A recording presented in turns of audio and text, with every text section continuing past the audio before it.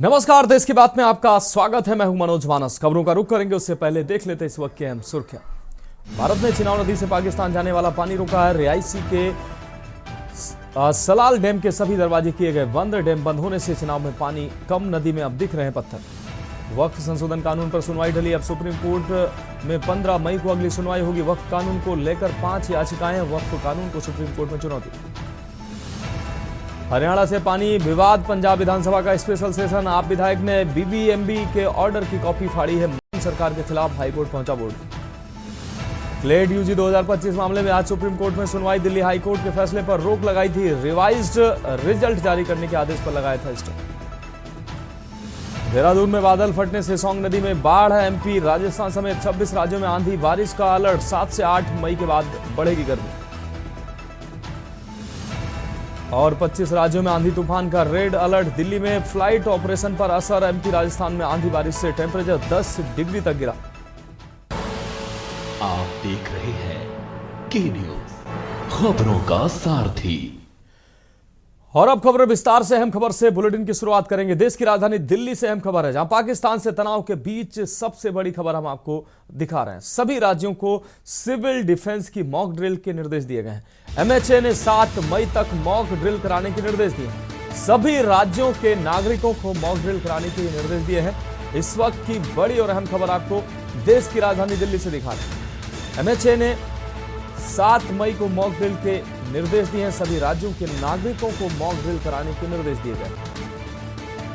दिल्ली से अहम खबर। पाकिस्तान से तनाव के बीच सबसे बड़ी खबर सामने आ रही है।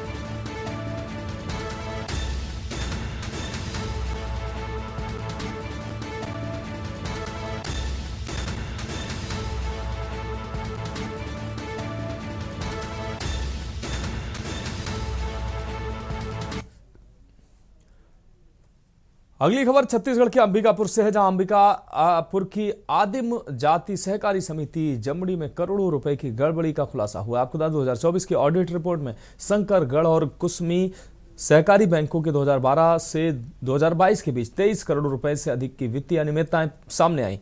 प्रशासन द्वारा गठित जांच टीम की रिपोर्ट में पता चला है कि बिना वाउचर और दस्तावेजों के करोड़ों का आहरण किया गया है। साथ ही निजी व्यावसायिक संस्थानों के खातों का भी दुरुपयोग हुआ है। कलेक्टर सरगुजा और जिला सहकारी केंद्रीय बैंक के प्राधिकृत अधिकारी विलास भास्कर ने बैंक के सीईओ समेत 7 कर्मियों के खिलाफ एफआईआर दर्ज कराने के निर्देश दिए।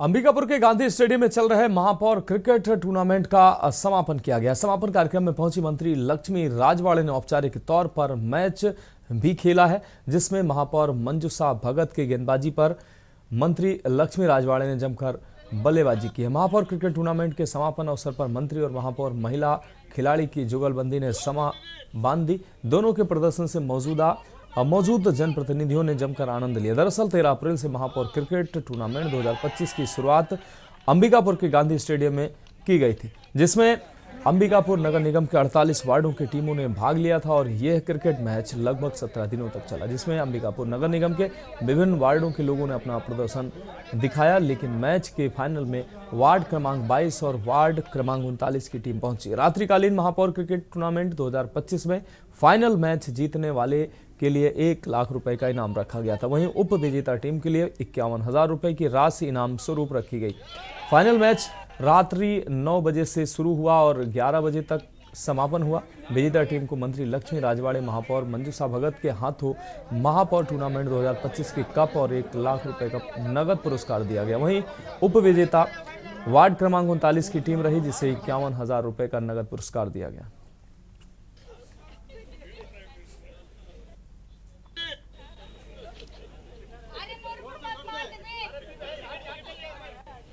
देखिए, क्योंकि जनता ने हमें आज यहाँ तक पहुँचाया है, उनके बदौलत आज हम जनप्रतिनिधि बने, विधायक बने। विधायक बनने के साथ इतनी बड़ी आशीर्वाद मिले कि आज कैबिनेट मंत्री का मुझे रूप भी दिया गया और कहीं ना कहीं जनता का आशीर्वाद रहा है।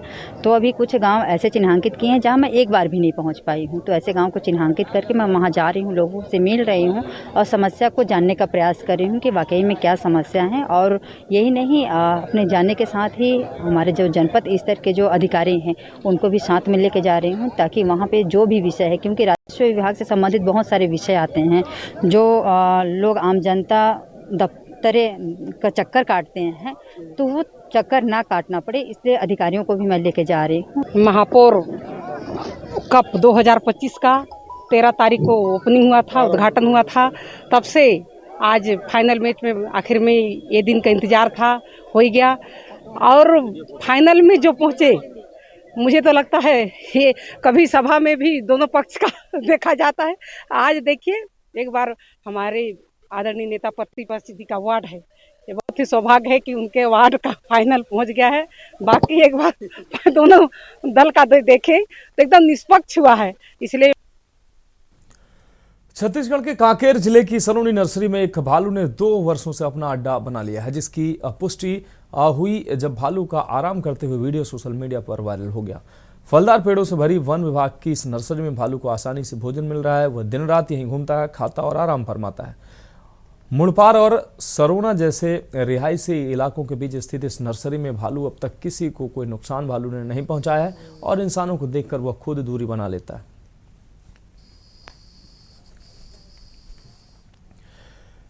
लखनऊ से अगली खबर है, जहां पिछले 8 वर्षों में 2,85,994 करोड़ का भुगतान, 22 वर्षों के मुकाबले 72,474 करोड़ अधिक भुगतान मुख्यमंत्री योगी ने गन्ना किसानों को किया है। अब इसको लेकर निर्देश भी दिए गए हैं। चीनी मिलों को लेकर अफसरों को निर्देश दिए गए हैं। गन्ना मूल्य भुगतान रिकॉर्ड पर चीनी मिलों को निर्देश दिया गया है। भुगतान रिकॉर्ड पर तय होगा चीनी मिलों का कमांड एरिया। आपको बता दें, समय पर भुगतान न करने वाली मिलों पर सख्ती होगी। योगी सरकार ने गन्ना विकास के लिए समितियों को भी निर्देश दिए हैं। किसान केवीके चीनी मिलें और समितियां संयुक्त प्रयास करेंगी। तो मुख्यमंत्री योगी आदित्यनाथ का यह अहम प्रयास सामने आया है। अब रुक करते हैं अगली खबर का। रायबरेली से अगली खबर है, युवक का फांसी के फंदे पर 100 लटका मिला है। मृतक के परिजनों ने 4 लोगों पर हत्या का आरोप लगाया है। भाई के साथ भी आरोपियों द्वारा मारपीट की गई है, ये आरोप लगे हैं। दबंगों ने बेरहमी से पीटा है और उसके बाद मौत के घाट उतारा है। सूचना पर पहुंची पुलिस ने शव को कब्जे में लिया है। फॉरेंसिक टीम ने भी घटनास्थल पर पहुंचकर जायजा लिया है। पीएम रिपोर्ट आने के बाद आगे की कार्रवाई की बात पुलिस कर रही है।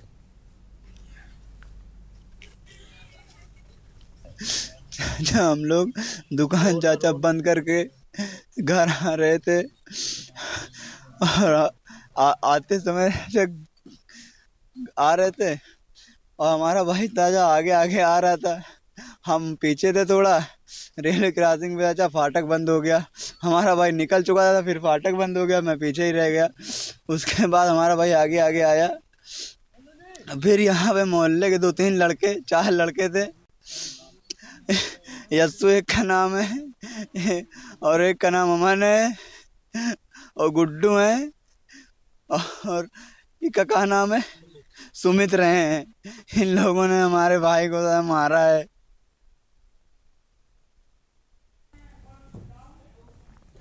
रुक रही है अगली खबर का। मैनपुर से अगली खबर, जहां लोगों ने प्रेमी जोड़े को पकड़ा है। लड़की के पिता ने प्रेमी की पिटाई की है। बेटी के प्रेमी की पिता ने चप्पलों से पिटाई की है। चप्पलों से पिटाई का वीडियो सामने आया है। चप्पलों से पिटाई का वीडियो सामने आया है। आप देख सकते हैं ये तस्वीरें। प्रेमी के पिता ने प्रेमी की चप्पलों से प्रेमिका के पिता ने प्रेमी की चप्पलों से पिटाई की है। मैनपुरी से खबर आपको दिखा रहे हैं। लोगों ने प्रेमी जोड़े को पकड़ा है। लड़की के पिता ने प्रेमी की पिटाई की है। बेटी के प्रेमी को पिता ने चप्पलों से पीटा है।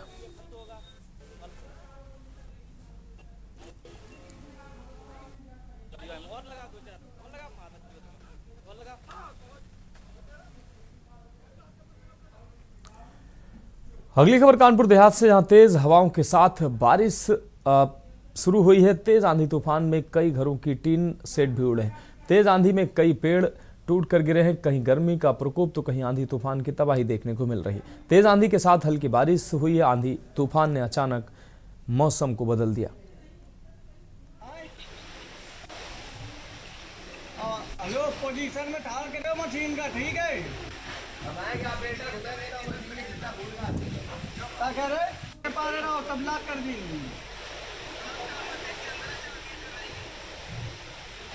तो फिर का मशीन आ बट वहाँ पास में, ठीक है? हम फिर इसको अच्छा कुछ कर दे, ठीक? अगली खबर लखनऊ से। महिला की बॉडी मिलने से हड़कंप मच गया। मोहनलालगंज थाना क्षेत्र में मिला है 135 साल की सविता रावत का मिला है शव। सुबह अपने पति के साथ निकली थी। सिर पर पत्थर की चोट से मौत की आशंका जताई जा रही है। पति मौके से फरार है। दोनों में पहले से अनबन थी। पति को ढूंढने का प्रयास किया जा रहा है। पोस्टमार्टम के लिए पुलिस ने बॉडी को भेजा है।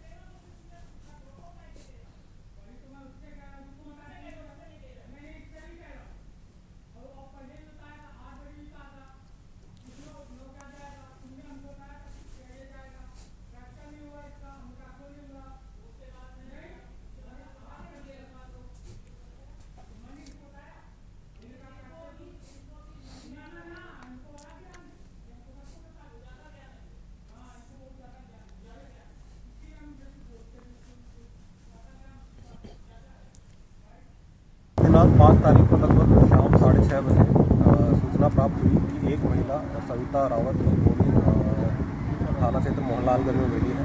उक्त सूचना पर स्थानीय थाना की पुलिस तत्काल मौके पर पहुंची एवं महिला की बॉडी मिली है, जिसमें सर पे चोटों का निशान है। उस सब को कब्जे में लेकर पोस्टमार्टम की कार्रवाई भेजा जा रहा है। खबर कानपुर से, जहां केंद्रीय विद्यालय आईआईटी कानपुर में 54वें संभागीय खेलकूद प्रतियोगिता बालक वर्ग का शुभारंभ हुआ, जिसमें लखनऊ संभाग के कुल 6 विद्यालय भाग ले रहे हैं। इस प्रतियोगिता में कुल 60 प्रतिभागी अपने 10 अनुरक्षकों के साथ विभिन्न खेलों बास्केटबॉल, लॉन टेनिस, तैराकी, गोताखोरी, टेबल टेनिस में शिरकत करेंगे। इस 3 दिवसीय प्रतियोगिता के मुख्य अतिथि श्री संजीव पाठक अंतर्राष्ट्रीय स्तर के भूतपूर्व टेबल टेनिस खिलाड़ी रहे। स्थल प्राचार्य श्री रवीश चंद्र पांडे जी ने हरित पौधे प्रदान कर मुख्य अतिथि का स्वागत कर अभिनंदन किया। प्राचार्य ने विभिन्न विद्यालयों से आए खिलाड़ियों और उनके अनुरक्षकों का स्वागत किया। खेल शिक्षिका श्रीमती वंदना सिंह राठौर ने मसाल प्रज्वलन एवं मार्च पास्ट कर कार्यक्रम संपन्न कराया। विद्यालय के बच्चों ने स्वागत गीत और स्वागत नृत्य की भावभीनी प्रस्तुति दी। अंत में विद्यालय की वरिष्ठ शिक्षिका श्रीमती प्रियंका तिवारी ने सभी को धन्यवाद ज्ञापित किया। संपन्न हुए खेलों में बास्केटबॉल मैच 17 वर्ष आयु वर्ग में केवी अलीगंज बनाम केवी जेआरसी बरेली के मध्य हुआ। विजेता केवी अलीगंज लखनऊ क्रमांक 1 रहा। केवी जेआरसी बरेली बनाम केवी आईआईएम लखनऊ मैच में विजेता केवी आईआईएम लखनऊ रहा। केवी कानपुर कैंट बनाम केवी 2 चकेरी के बीच मैच हुआ, जिसमें केवी चकेरी नंबर 2 विजेता रहा।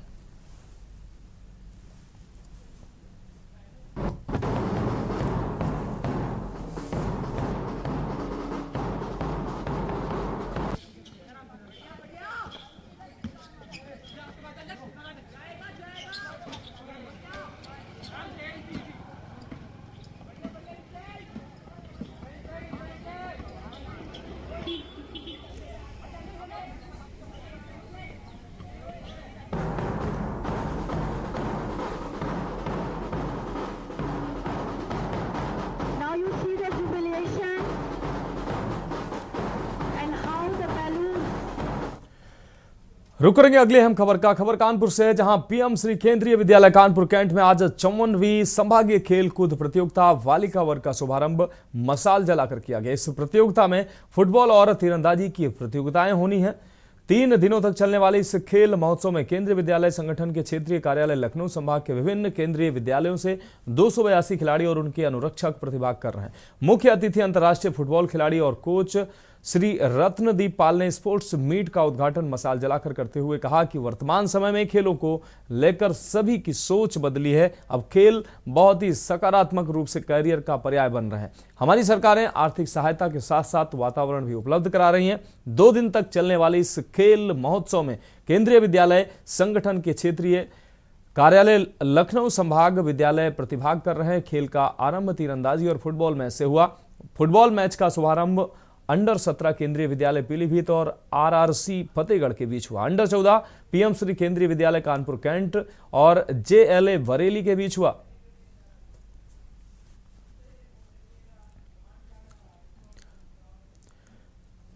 बढ़ेंगे अगली अहम खबर की ओर। कानपुर के बिठूर थाना क्षेत्र अंतर्गत मंधना इलाके में सैकड़ों ई रिक्शा चालकों ने जोरदार विरोध प्रदर्शन किया है। प्रदर्शनकारी चालक रूट परमिट की व्यवस्था को लेकर नाराज दिखे हैं और प्रशासन के खिलाफ जमकर नारेबाजी की है। जीटी रोड हाईवे ओवरब्रिज के नीचे जुटे ई रिक्शा चालकों ने कहा कि बिना रूट परमिट उन्हें आए दिन परेशान किया जाता है। चालक संघ की मांग है कि प्रशासन जल्द से जल्द परमिट प्रक्रिया को सरल बनाए और ई रिक्शा चालकों के लिए स्थायी समाधान निकाले। हड़ताल के कारण क्षेत्र में यातायात प्रभावित रहा और आम जन को खासी परेशानियों का सामना करना पड़ रहा है।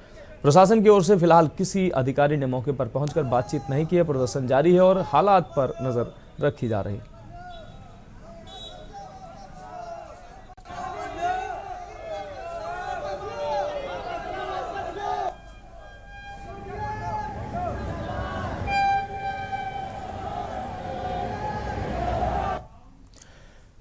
उत्तर प्रदेश में बिजली निजीकरण के खिलाफ कई संगठन एकजुट होकर आंदोलनरत हैं। पिछले 2 दिनों से कर्मचारी लखनऊ की हजरतगंज स्थित शक्ति भवन के बाहर धरने पर बैठे हैं। प्रदर्शनकारियों का आरोप है कि सरकार बिजली को निजी हाथों में सौंपकर कर्मचारियों के अधिकारों का हनन कर रही है और भविष्य में आम जनता को भी महंगी बिजली और खराब सेवाओं का सामना करना पड़ेगा। धरनारत संगठनों ने चेतावनी दी है कि अगर सरकार और यूपीपीसीएल ने उनकी मांगों को गंभीरता से नहीं लिया तो जल्द ही पूरे प्रदेश में कार बहिष्कार कर बिजली व्यवस्था को ठप कर दिया जाएगा। प्रदर्शनकारी सरकार से तुरंत निजीकरण की प्रक्रिया रोकने की मांग कर रहे हैं। देश में बिजली निजीकरण के खिलाफ दर्जनों दिनों से लखनऊ के अंदर प्रदर्शन चल रहा है और इस प्रदर्शन में कई संगठन के लोग मौजूद हैं। उत्तर प्रदेश के 42 जिलों में जिस तरीके से सरकार ने निजीकरण का फैसला लिया उसके खिलाफ तमाम संगठन सड़क पर उतर आए हैं। इस वक्त हमारी मौजूदगी लखनऊ के हजरतगंज स्थित शक्ति भवन के बाहर है और तमाम दर्जनों की संख्याओं में आप देख सकते हैं जो विद्युत कर्मचारी संगठन के लोग हैं वो यहाँ पर धरने पर बैठे हुए हैं और जरूर सरकार से इस बात की मांग कर रहे हैं कि जो निजीकरण का फैसला उन्होंने लिया है वो सिर्फ कर्मचारियों के खिलाफ ही नहीं बल्कि उपभोक्ताओं के लिए भी हानि का विषय है। इसलिए इस निजीकरण के फैसले को वापस लिया जाए। तमाम जो दल हैं वो इस संगठन के बीच में अपनी जगह बनाए हुए हैं और लगातार अफसरों से बात करने की कोशिश कर रहे हैं, लेकिन अभी तक इसका कोई फायदा नहीं निकला है। विद्युत कर्मचारी के पदाधिकारी हैं। सर, आप लोग कितने दिन से प्रदर्शन बैठे हुए हैं और अभी तक कुछ बात बनी? जी, बात में कुछ नहीं बन पा रही है। 256वां दिन है हमारा। यहाँ पर लगातार हम लोग आंदोलन कर रहे हैं। निजीकरण का विरोध हो रहा है और सरकार से ये बताया जा रहा है कि ये नो प्रॉफिट नो लॉस के लिए सार्वजनिक उपक्रम बनाए गए थे। आज पूरे भारत में, पूरे प्रदेश में एक एक घर पर बत्ती जला दी गई और आज इसका निजीकरण बिना कर्मचारियों से पूछे, बिना जनता की सलाह लिए और बिना उनको बताए कि इसका निजीकरण होने पर आपको क्या प्रभाव पड़ेगा और क्या दुष्प्रभाव पड़ेगा। बिजली जो आज हम 3 रुपये 65 पैसे में बेच रहे हैं अपने पूरे प्रदेश को हम उजाले में रखने के लिए, यह निजीकरण हो जाने के बाद बॉम्बे और दिल्ली के बाद, गाजियाबाद के बाद 18 रुपये पर यूनिट ये बिजली बिकने जा रही है और हम इसका विरोध इसलिए कर रहे हैं कि हमारे कर्मचारियों ने आपके हर आदेश का पालन किया। निजीकरण करने के विरोध में हम लोगों ने इसलिए भी उठाया कि संविदा कर्मचारियों का छटनी किया जा रहा है। ये सबसे दुर्भाग्यपूर्ण, जो बेचारे 8,000 10,000 की नौकरी कर रहे हैं आज उत्तर प्रदेश पावर कारपोरेशन के, बिना नोटिस, बिना सूचना के आप उनको भगा रहे हैं। जबकि हमारा कर्मचारी आज दिनों रात इस गर्मी के महीने में कलेजे पर पोल को लगाकर चढ़ता है, काम करता है। किसी भी दुर्घटना में उसकी मौत ही होती है और दूसरा उसका एक्सीडेंट नहीं होता है। रुक करेंगे अगली खबर का। खबर जालौन से है, जहां भाजपा नगर विधायक गौरी शंकर वर्मा ने प्रेस वार्ता में बताया कि नगर के विकास को लेकर आपसी सद्भावना होना बहुत जरूरी है। जैसे कि देश के प्रधानमंत्री का आह्वान है कि सबका साथ सबका विकास, उसी तर्ज को लेकर आज उरई नगर के अंबेडकर चौराहा स्थित सैयद पदम शाह बाबा की दरगाह पर कव्वाली के प्रोग्राम को लेकर मीटिंग की गई, जिसमें प्रधानमंत्री के आह्वान को आगे ले जाते हुए आपसी सद्भावना बनाए रखने को लेकर कार्यक्रम को आगे बढ़ाने की कवायद शुरू की गई, जिसमें 2 रोजा कव्वाली के प्रोग्राम की तिथि घोषित हुई और कार्यक्रम को सफल बनाने के लिए वार्तालाप की गई।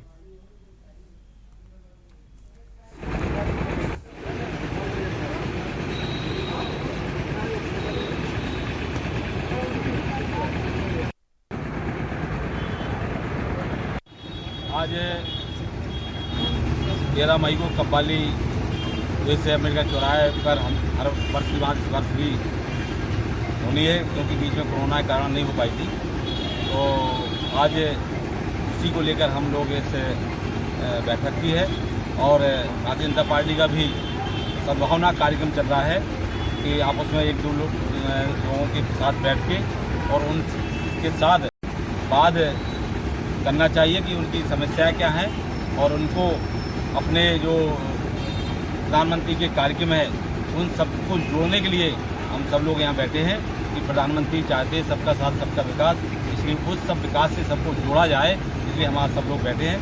निश्चित रूप से इन दोनों कार्यक्रमों को सफल बनाने के लिए आज हम लोग तैयारी कर रहे हैं। धन्यवाद।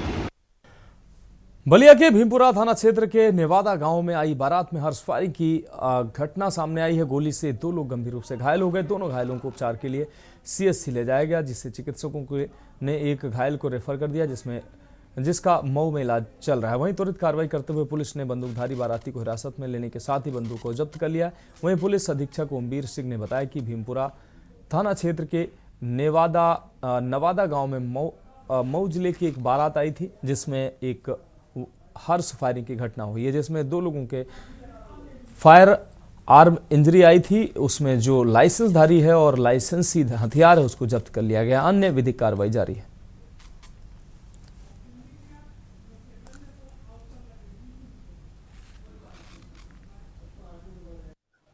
कल रात में नवादा गांव है भीमपुरा क्षेत्र, वहाँ एक बारात आई हुई थी मऊ जनपद के कोपागंज थाना क्षेत्र से। उसमें एक हर्ष फायरिंग की घटना हुई है, जिसमें 2 लोगों के फायर आर्म इंजरी की आई थी। उसमें जो लाइसेंसधारी और लाइसेंसी हथियार है उसको जब्त कर लिया गया है। दोनों मजरूब जो हैं उनकी स्थिति अभी तक सामान्य बताई गई है। बाकी इसमें विधिक कार्रवाई की जा रही है नियमानुसार। रुक करेंगे अगली खबर का। देवरिया के सदर कोतवाली थाना क्षेत्र के राम गुलाम टोला में अज्ञात कारणों के चलते कूड़े के ढेर में आग लग गई है। आग की चपेट में आने से 2 कारें जलकर राख हो गई। वहीं घटना की सूचना पर मौके पर पहुंची फायर ब्रिगेड की गाड़ी ने आग पर काबू पाया।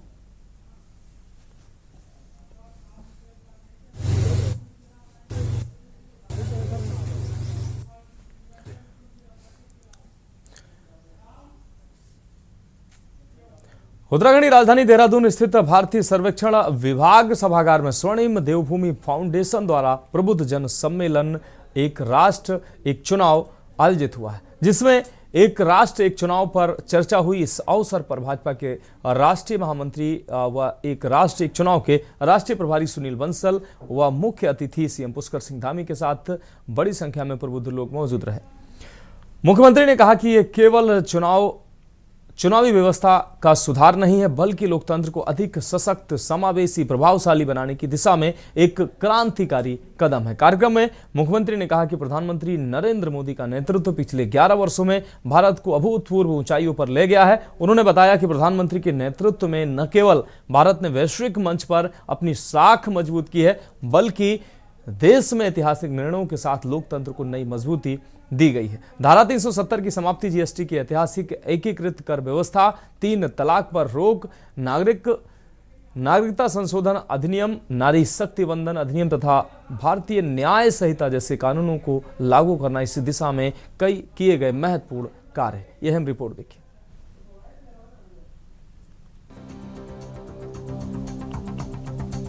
प्रधानमंत्री नरेंद्र मोदी के नेतृत्व में एक राष्ट्र एक चुनाव के रूप में ऐतिहासिक कानून बनाने की दिशा में काम किया जा रहा है।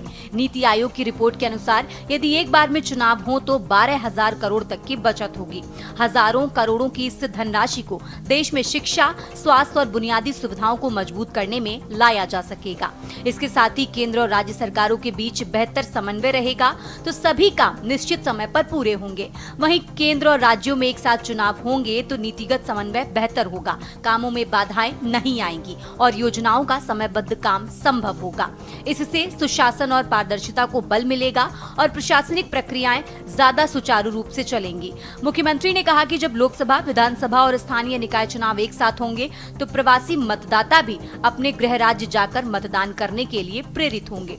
इससे लोकतंत्र की भागीदारी बढ़ेगी और जनता की सहभागिता से व्यवस्था ज्यादा जवाबदेह बनेगी।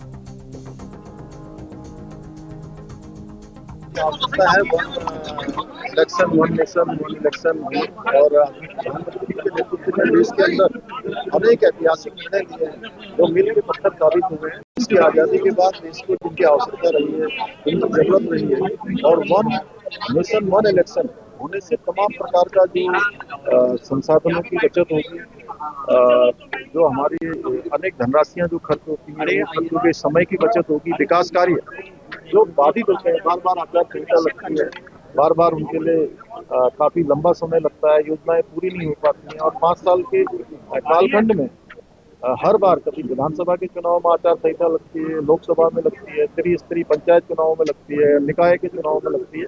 तो एक बार होने से और ये सारी चीजें जो है समय की बचत के साथ संसाधनों की बचत होगी, ये मील का पत्थर साबित होगा। आज देश के अंदर इसका बड़ा अभियान चल रहा है, लोगों में बड़ी जागरूकता आई है। देश एक चुनाव का जो सपना है, जो विचार है, बहुत अच्छा विचार है। अगर उसकी जो तकनीकी कमियां हैं उनको सरकार दूर कर पाए, क्योंकि आजादी के बाद कई वर्षों तक जो है एक देश और एक चुनाव होता था, लेकिन बाद में कई कारणों से कई राज्य सरकारें गिर गई।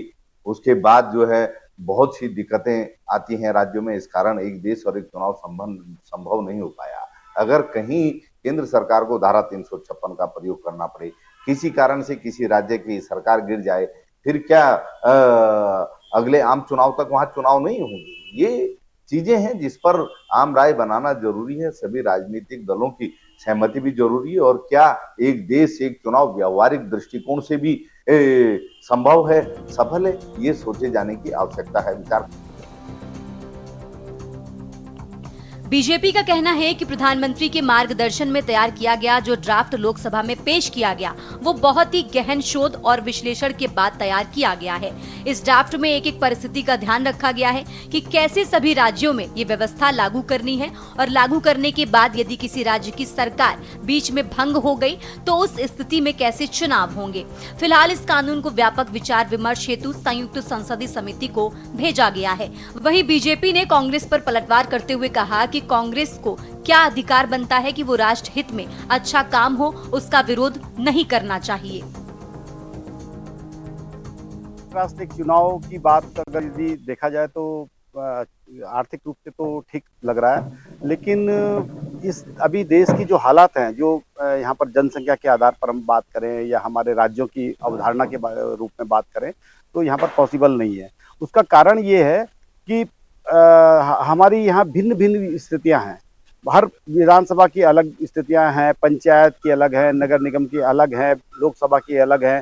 तो हर आदमी अगर यदि एक प्रतिनिधि चुनना चाहता है तो उसके बारे में आकलन कैसे करेगा? वो लोकसभा का प्रत्याशी है वो हौच पौच हो जाएगा, विधानसभा का प्रत्याशी है हौच पौच हो जाएगा, नगर पालिका का या नगर निगम का प्रत्याशी है वो हौच पौच हो जाएगा। तो कहने का मतलब ये है कि पहले हमें अपने देश को सुधारना पड़ेगा। अगर यदि कोई व्यवस्था ऐसी कोई बनती है तो हम लोग अभी इस रूप में नहीं कि एक राष्ट्र एक चुनाव हो पाए, अभी इसको बहुत समय लगेगा। भारतीय जनता पार्टी अपने परिप्रेक्ष्य में, क्योंकि वो राष्ट्रीय पार्टियां और अपना चुनाव एजेंडे पर, क्योंकि अपने चुनाव चिन्ह पर वो करती है, फोकस करती हैं, वो अपने देश के किसी क्षेत्र के विकास के आधारित बात नहीं करते। वन नेशन वन इलेक्शन को लेकर के पूरे देश भर में और भारतीय जनता पार्टी उत्तराखंड के विभिन्न स्थानों पर गोष्ठियाँ सेमिनार का आयोजन कर रही है। और देश का जो प्रबुद्ध नागरिक है, जिनको देश के प्रति चिंता है, ऐसे सामाजिक राजनीतिक कार्यकर्ताओं के माध्यम से प्रधानमंत्री नरेंद्र मोदी जी को एक समर्थन देने का आजकल कार्यक्रम चल रहा है, जिसके माध्यम से ये आवश्यक है कि अलग अलग समय में चुनाव होने के कारण देश को कितना आर्थिक नुकसान है, कितना विकास उससे बाधित होता है, इस संबंध में एक अवेयरनेस के कार्यक्रम देश भर में इस समय चल रहे हैं। और जैसा प्रधानमंत्री आदरणीय नरेंद्र मोदी जी ने एक संकल्प लिया है कि वन नेशन वन इलेक्शन के कार्यक्रम को आगे बढ़ाया जाए। प्रधानमंत्री नरेंद्र मोदी के नेतृत्व में एक राष्ट्र एक चुनाव के रूप में ऐतिहासिक कानून बनाने की दिशा में काम किया जा रहा है। नीति आयोग की रिपोर्ट के अनुसार यदि एक बार में चुनाव हो तो 12,000 करोड़ तक के रुपए की बचत होगी। हजारों तो फिलहाल देश की बात में अभी के लिए मेरे साथ इतना ही। मुझे दीजिए इजाजत और आप देखते रहिए के न्यूज इंडिया। आप देख रहे हैं के न्यूज, खबरों का सारथी।